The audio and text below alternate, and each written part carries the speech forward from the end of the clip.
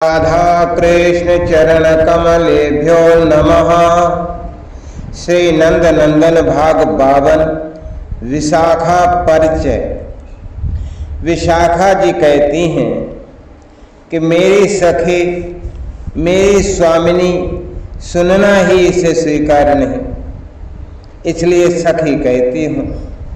हम बालिकाओं में वैसे भी बड़े छोटे का भेद बना ही रहता है और रखने का कोई मन भी करे तो मैया कीर्ति की कन्या कहती हैं कि वही सबसे छोटी है। किस बात में छोटी है ये कोई पूछ के देखे उनसे। अब इसे समझ में ही नहीं आता कि इसके सौंदर्य के, शील की, सुरुचि की, सद्गुण की, विद्या की, विनय की, कला की, प्रतिभा की इस अल्प वय में ही सृष्टि में कोई समता नहीं कर पाता।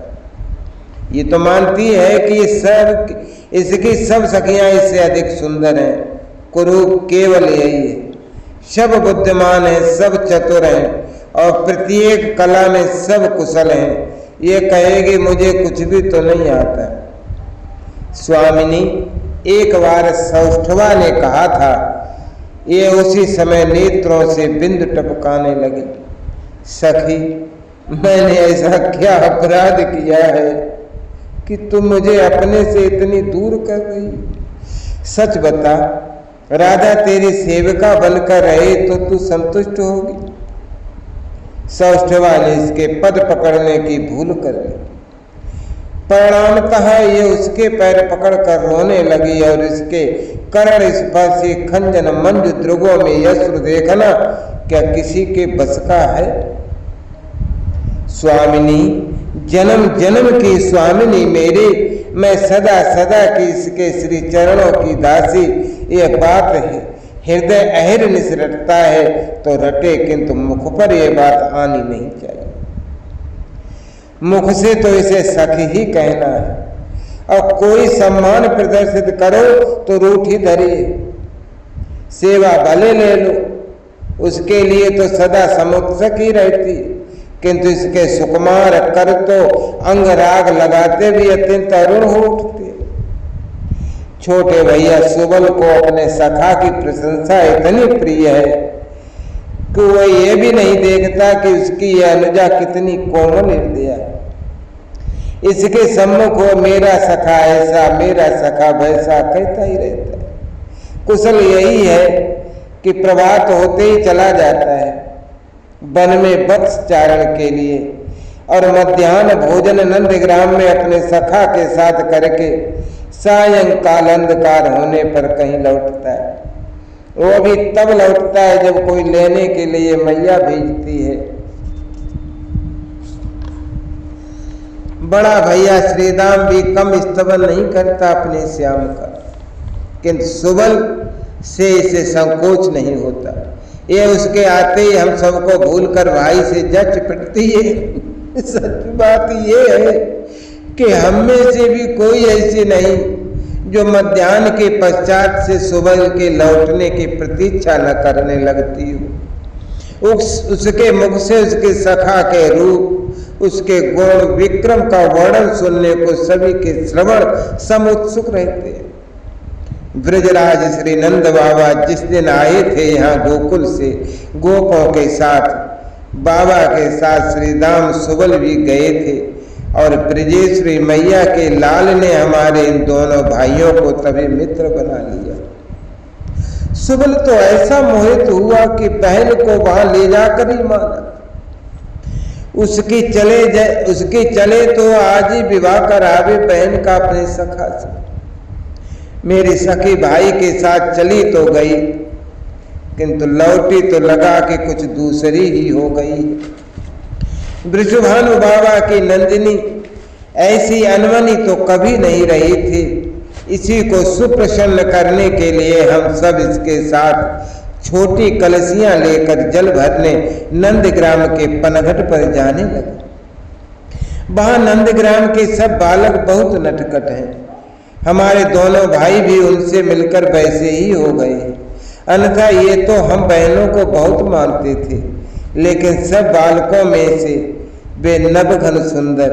वे कुछ करें, कितना भी चिढ़ावें, कलसियां लुढ़का दें अथवा फोड़ डालें, उनका वो हास्य, उनका वो ललित रूप, वो तो हृदय में ही बस गया है। मेरी भोली सखी उनको देखे बिना नहीं रह पाती, तो इसका क्या दोष है?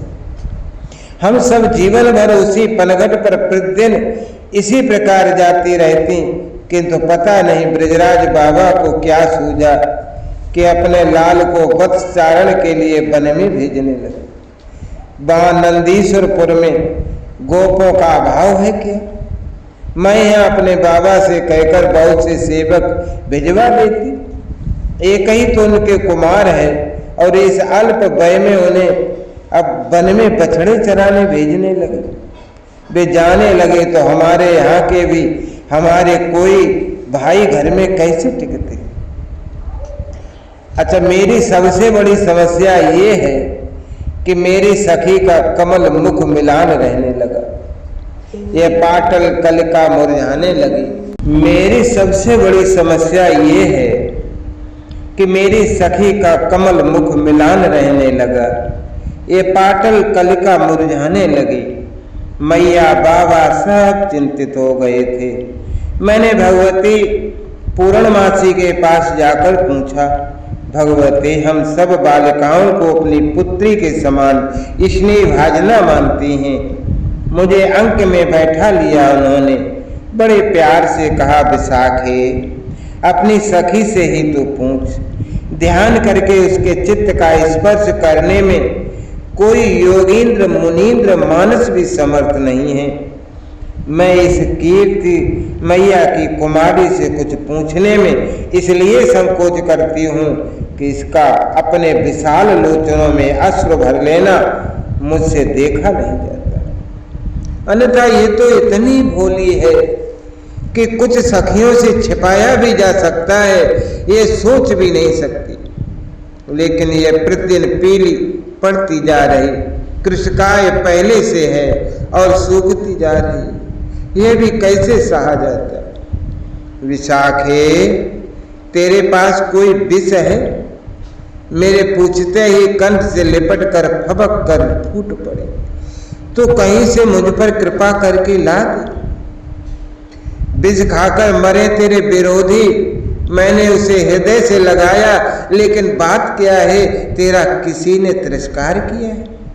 सखी यही तो अत्यंत दुख है मुझे कि मैं सबके द्वारा तिरस्कारणीय हो गई हूं और कोई भी मेरा तिरस्कार नहीं करता। क्रंदन करते मेरी सरला सखी ने कहा, देह त्याग के अतिरिक्त दूसरा मार्ग नहीं है मेरे लिए। मैं प्रतिक्षण असह्य दावाग्नि में दग्ध हो रही हूं, तो मुझ पर दया नहीं करेगी? अरे तू कुछ कहे तो सही। मैं अपना हृदय निकाल कर देना होता तो उसी क्षण दे देती। अपनी इस सखी का रुदन देखने से मृत्यु सहस्र गुनी सुखद लगेगी मुझे। अच्छा तो सुन, बहुत लज्जा आती है, किंतु तुझसे ना कहूं ऐसी तो कोई बात नहीं है। कम से कम तू तो साक्षी रहे कि तेरी राधा कितनी विवशा बन चुकी है। कीर्ति कुमारी ने कहना प्रारंभ किया। उस दिन भैया सुबल मुझे नंदीश्वरपुर ले गया। मैं संकोच बस भवन के द्वार से सटी खड़ी रह गई। सुबल के कहने पर उसके वे नील सुंदर सखा दौड़ते आई और आकर मेरा हाथ पकड़ लिया। वो कर स्पर्श जैसे मेरे रोम रोम में उसी क्षण से बसा है। लगता है कि मेरा कर अब भी उनके कर में ही है। बस मैं हंस पड़ी, इसीलिए तो इतनी व्याकुल है। बाबा से मैं न भी कहूं तो भी तेरा विवाह अपने मित्र ब्रजराज कुमार से ही करने वाले। तू रोती क्यों है? मेरा विवाह उनसे? मेरी सखी कितनी भोली है, जानती हूं। कहने लगी, तूने कहाँ देखा उन्हें विशाखा? अरे वे सौंदर्य के भी अधिदेवता है। राधा उनके पदों के पास भी बैठने योग्य नहीं है। लेकिन मैंने उसी दिन देख लिया कि वे कितने सदैव हैं। मेरा इतना अधिक सम्मान किया उन्होंने, मुझे इतने स्नेह से साथ लिए रहे। उनके सद्गुणशील को देखकर मुझे आशा हो गई थी कि वे अपनी ओर देखकर अपनी कृपा के कारण ही मुझ अनधिकारिणी को अस्वीकार नहीं करें। उन्होंने अस्वीकार कर दिया। मैं चौंकी। मेरी इस सौंदर्य की देवी जैसी सखी को भी कोई अस्वीकार कर सकता है? उनसे भी तो ऐसी आशा है। सखी रो रही थी। नहीं विशाखे, मैं जानती हूं कि उनका हृदय नवनीत से अधिक सुकुमार है। उनसे किसी के प्रति निष्ठुरता संभव नहीं। मेरा तो उन्होंने स्वयं कर पकड़ा था, मुझे सानुरोध बार बार बुलाया था। मैं ही भाग्यहीना हूं, उनके योग्य मैं नहीं रही। तुझे क्या हो गया? मैं कठिनाई से मूर्छिता सखी को सचेत किया। कोई एक और कहीं अपने आसपास आ गया है। मैया ने अचानक नाम लिया उसका। मेरे शरीर का रोम रोम झंझना उठा। लगा कि मैं जन्म जन्मांतर से उसी नाम की जापिका हूं। अब अहरनिश मेरे हृदय के स्पंदन में वो नाम बस गया है। अब तू ही बता मैं क्या करूं? बहुत संकोच पूर्वक और बड़ी लज्जा से लाल मुख सख ने धीरे से कहा, अरे ये कृष्ण कौन है?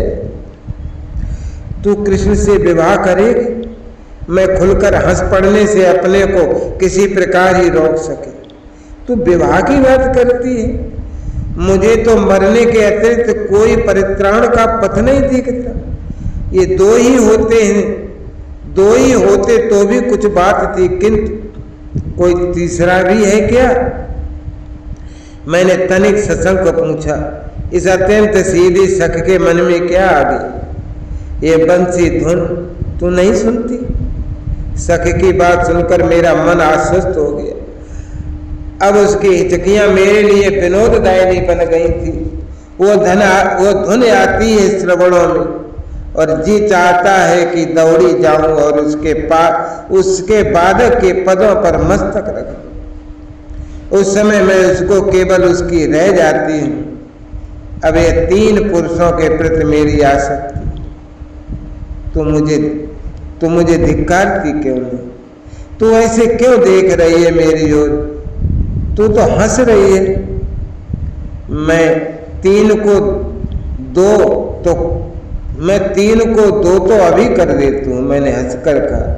ललिता सायंकाल वन से वत्सचारण करके लौटते उस बंसी वादक कृष्ण का आज ही तुझे दर्शन करा दे। वही बंसी बजाते हैं सखी।